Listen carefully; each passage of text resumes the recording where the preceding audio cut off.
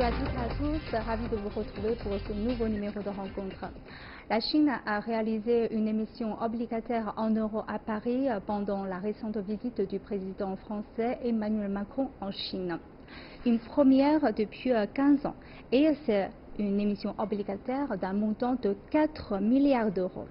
Et cette émission a ensuite suscité un grand intérêt sur le marché. Pourquoi cette émission et quelle est la place de la coopération financière dans la relation économique entre la Chine et la France? Et parlant de la relation économique, la balance commerciale reste-t-elle encore un critère de mesure fiable dans une économie mondialisée?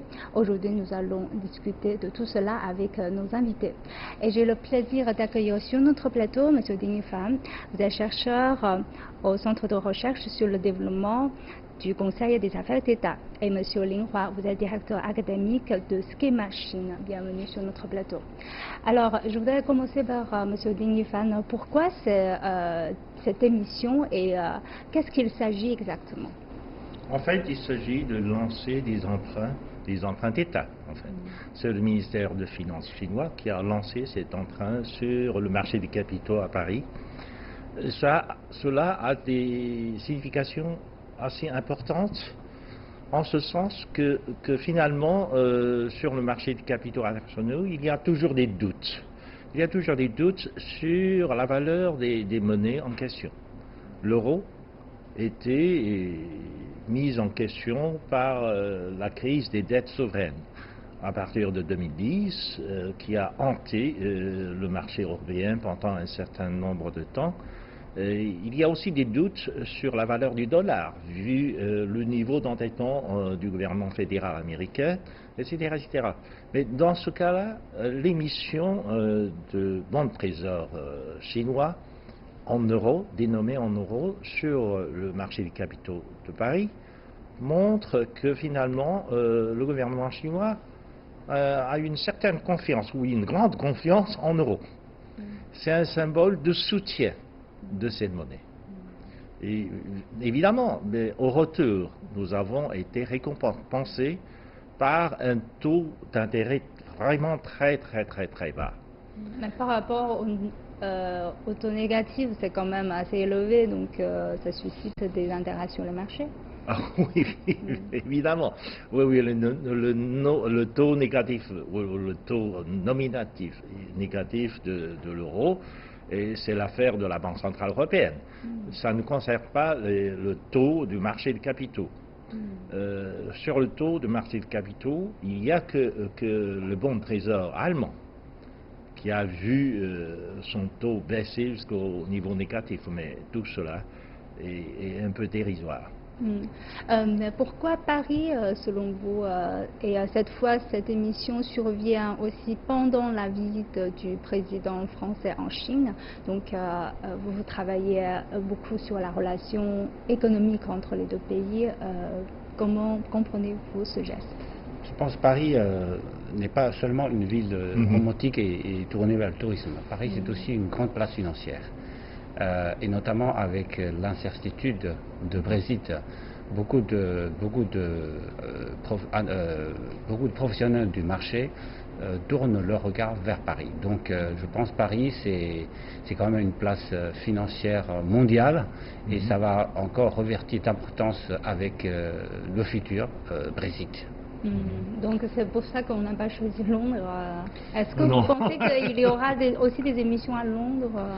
Non, à Londres, c'est différent parce que c'est à Londres que le gouvernement chinois avait émis des emprunts en renminbi, donc en monnaie chinoise. Londres veut devenir, Londres a la prétention de devenir le plus grand marché offshore de la monnaie chinoise, du yuan chinois dans le monde.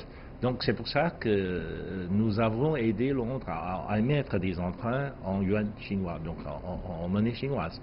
Tandis qu'à Paris n'est pas seulement la capitale de France, Paris est aussi la capitale financière européenne. Paris est le siège de la bourse pan-européenne, c'est-à-dire que les autres bourses sont connectés sur Paris. Et Amsterdam, Milan, Rome, etc. Toutes les grandes capitales européennes sont connectées à Paris. Le siège de cette bourse panaméricaine est à Paris. Donc, Paris a concentré les capitaux de tous les pays européens. Donc on a vu aussi, en retour, on voit que le Crédit Agricole a reçu aussi de la part de la Chine pour émettre des bons d'abon, ça veut dire des obligations placées par des émetteurs étrangers sur le marché interbancaire chinois. Et c'est une première pour une grosse banque européenne. Donc est-ce que cela est aussi un signe d'une plus grande ouverture du marché chinois? Certainement.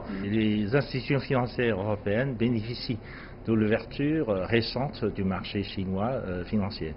Il n'y a pas que ça, il n'y a que des assurances.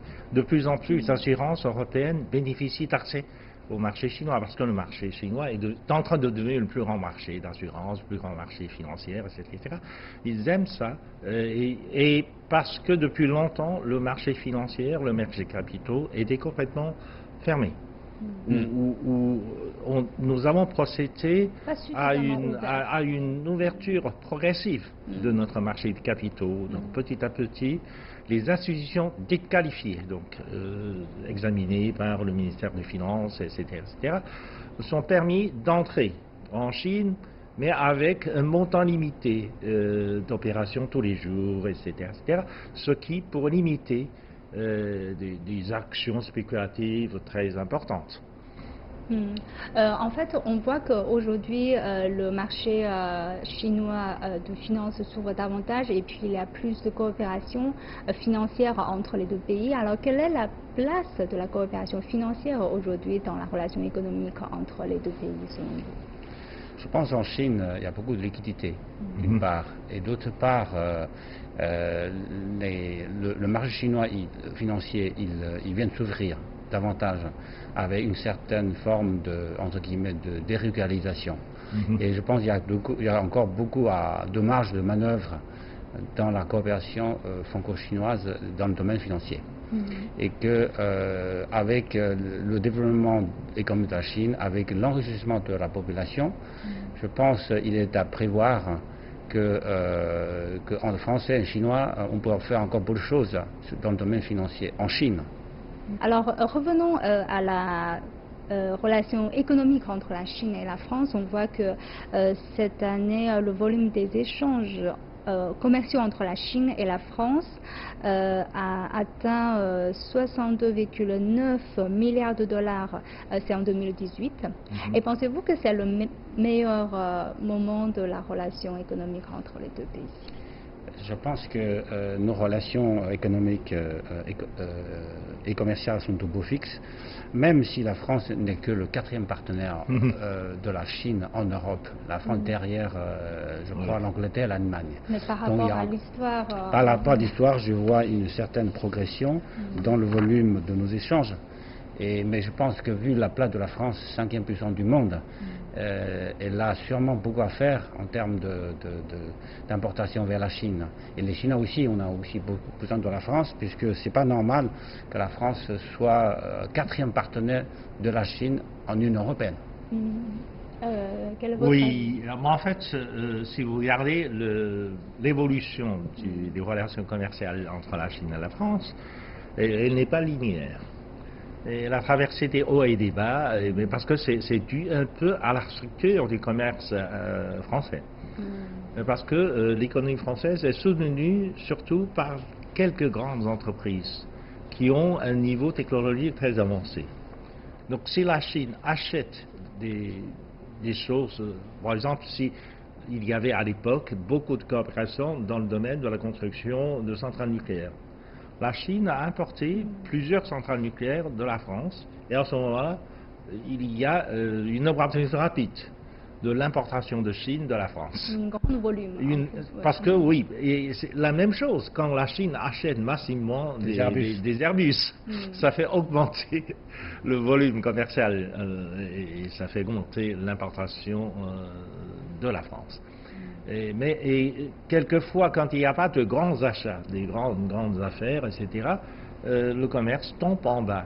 Il y a souvent des creux comme ça dans l'évolution des relations commerciales entre la Chine et la France. Donc il faut trouver, tandis qu'avec d'autres économies comme l'Allemagne, les Pays-Bas ou l'Italie, oui, l'évolution est plus stable parce que, en dépit de ces grandes affaires, il y a toutes sortes de coopérations commerciales à un niveau qui n'est pas très développé.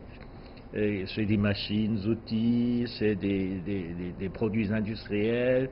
Il y a une certaine réciprocité et une implication de la fabrication industrielle entre la Chine, l'Allemagne, la Chine, l'Italie, etc.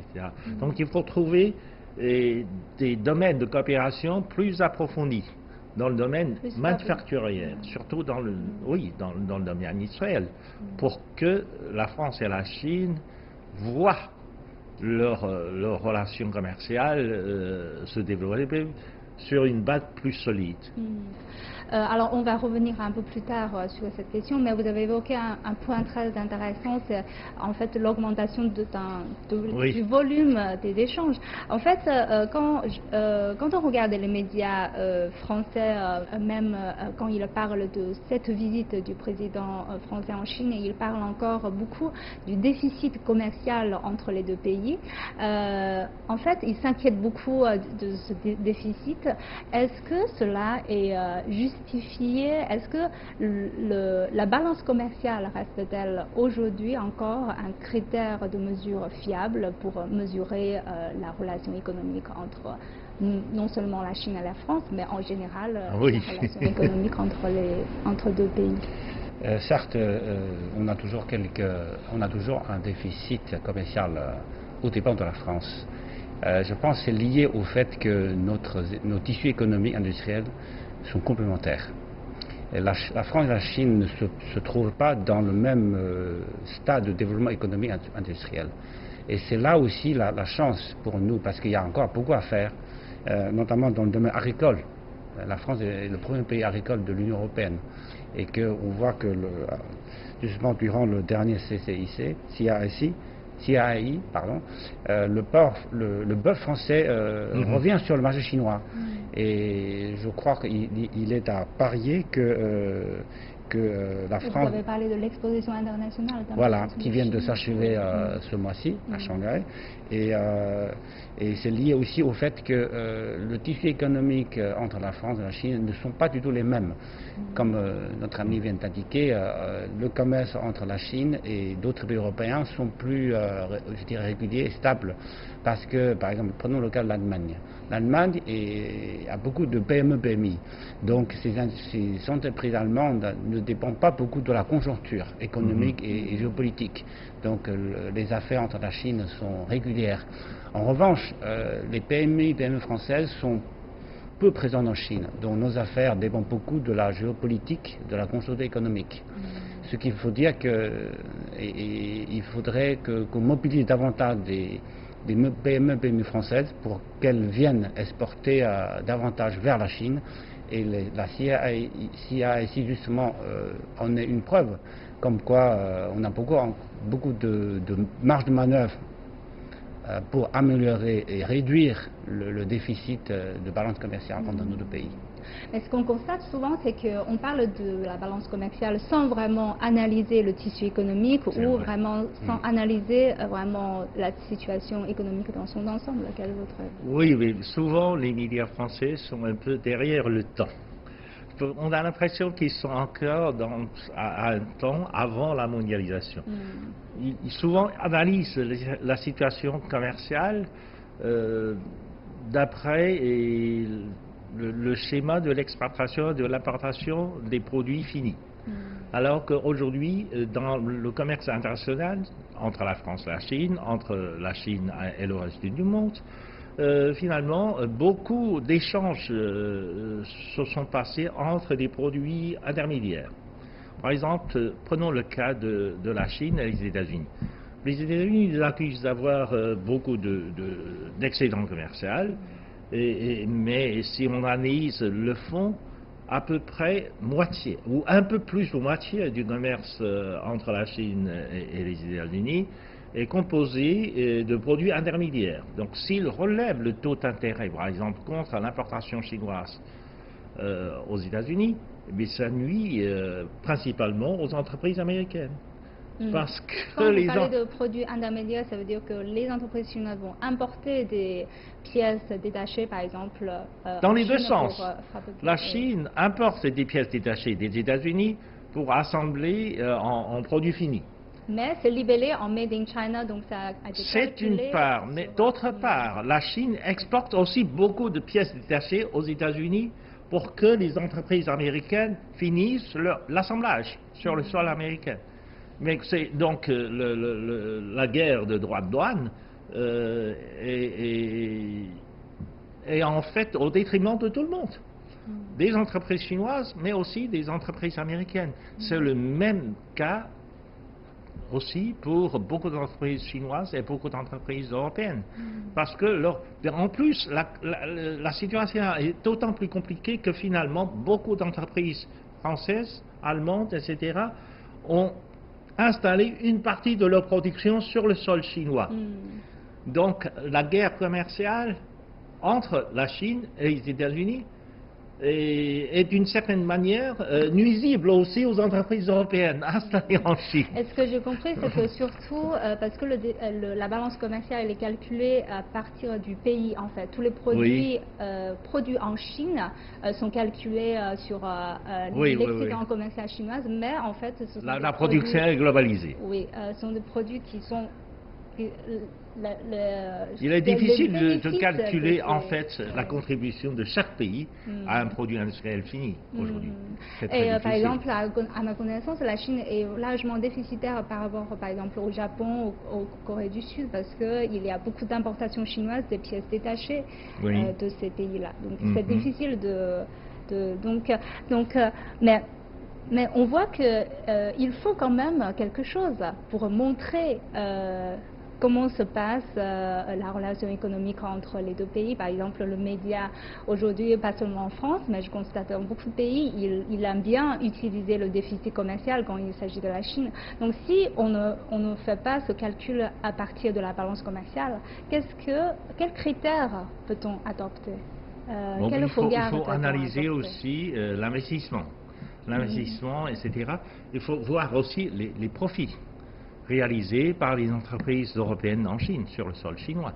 Et la contribution de ces entreprises au commerce international, non seulement en Chine, aux États-Unis, en Europe, dans le monde, etc., etc. Il faut prendre tous ces éléments en compte pour analyser la situation économique, pour montrer que finalement, le commerce international est probablement l'instrument le plus utile pour promouvoir la croissance mondiale, non seulement la croissance en Europe, en Chine, mais la croissance mondiale. Quand on parle de l'investissement, on voit que jusqu'à fin 2018, il y a 5686 projets d'investissement français en Chine. Donc en fait, le volume des investissements français en Chine est très très élevé par rapport au volume des investissements chinois en France. Donc côté l'investissement, comment analysez-vous la situation? Je pense que, encore une fois, il faut rappeler que nos pays ne sont pas encore sur le même niveau économique. La Chine est toujours un pays en voie de développement. La France est un pays industrialisé. Et je pense que cette tendance va peut-être s'équilibrer, voire s'inverser très prochainement, parce que la Chine est en train de s'industrialiser rapidement. Et que aujourd'hui la Chine crée aussi des emplois en France, la Chine investit aussi en France. Mais dans un court terme, comme on vient de voir que sur le plan commercial, il y a une balance déficitaire au dépend de la Chine. Mais dans l'autre sens, au flux de l'investissement, la balance est tout aussi inverse. C'est-à-dire il y a une balance au dépend de la Chine. Et ça ne se calcule pas. Ça se calcule absolument. Et c'est vrai qu'aujourd'hui, les entreprises françaises sont plus nombreuses en Chine, elles créent plus d'emplois. Les entreprises chinoises, elles sont peu nombreuses, elles commencent à créer des emplois, notamment dans la high-tech. Je pense que c'est lié aux différents stades de nos développements économiques respectifs. Et il n'y a pas, à mon avis, il n'y a rien à craindre. C'est le processus normal d'industrialisation d'un pays.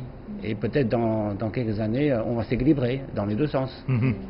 C'est vrai que la Chine vient, en fait, à commencer à s'investir à l'étranger il y a très peu de temps par rapport aux pays occidentaux. Et quel est votre avis? Est-ce qu'il y a toujours une sorte de peur? Est-ce que la France est toujours partagée entre cette peur des investissements chinois et ou les gens qui encouragent les investissements? Donc il faut faire le calcul. Il faut faire le calcul.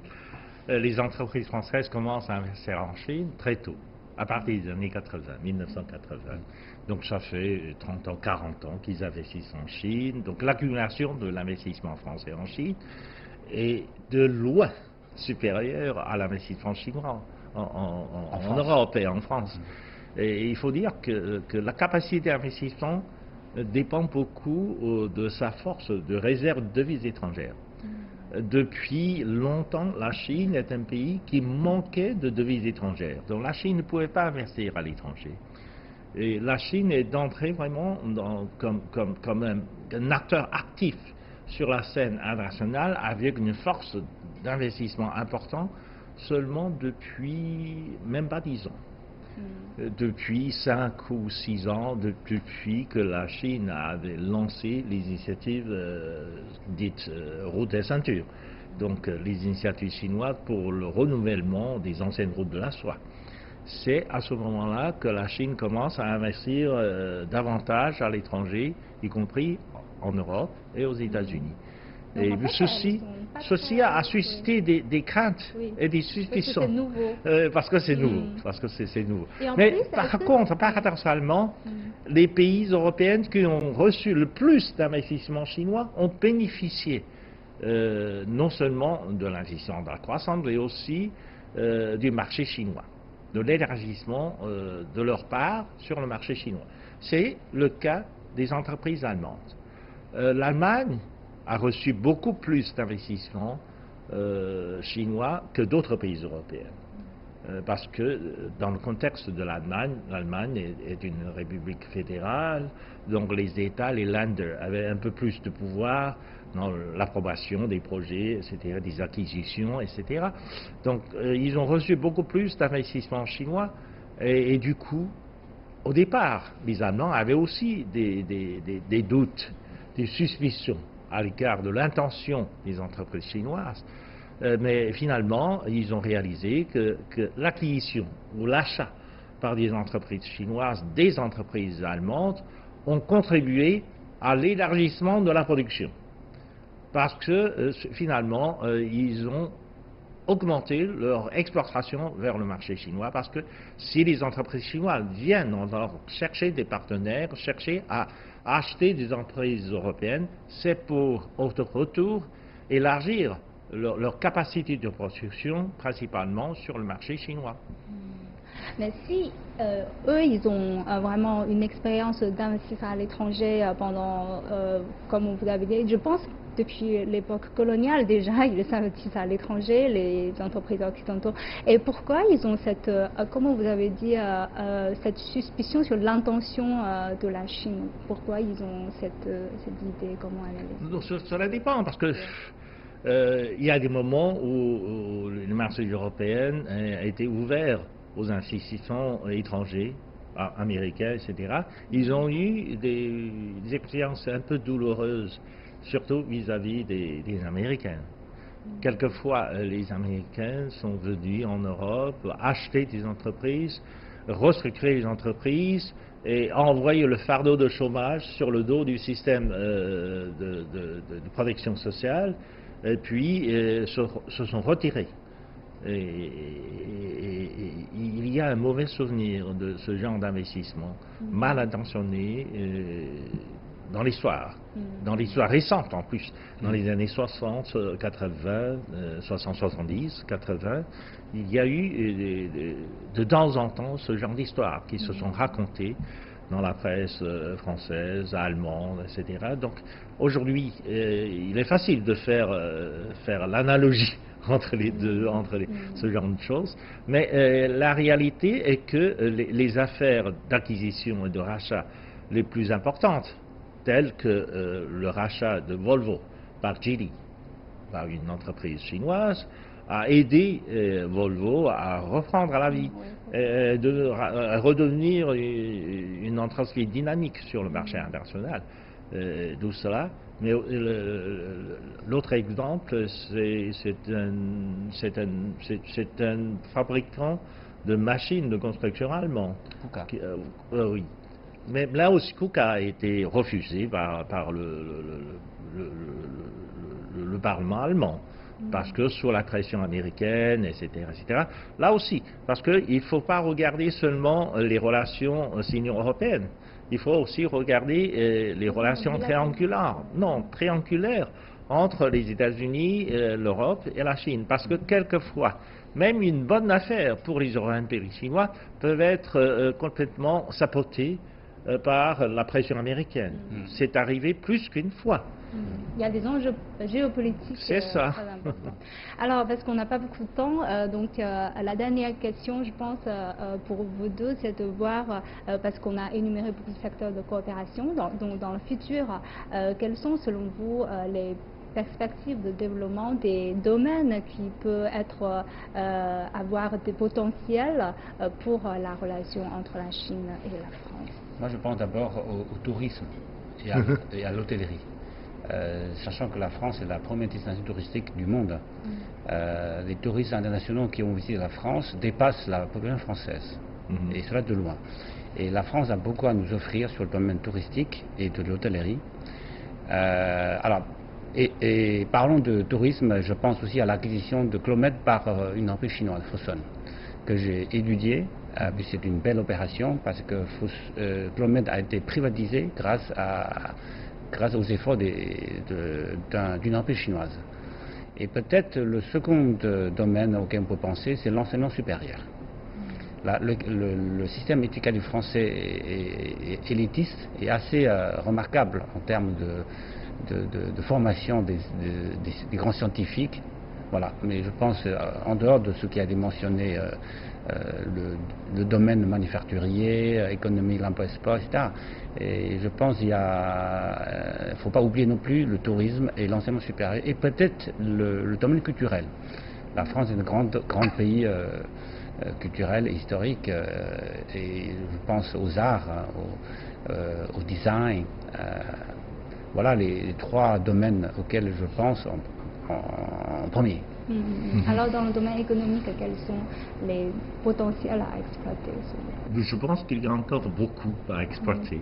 Surtout, la France et la Chine ont des intérêts communs ou des positions similaires à l'écart de ce qu'on appelle la gouvernance mondiale.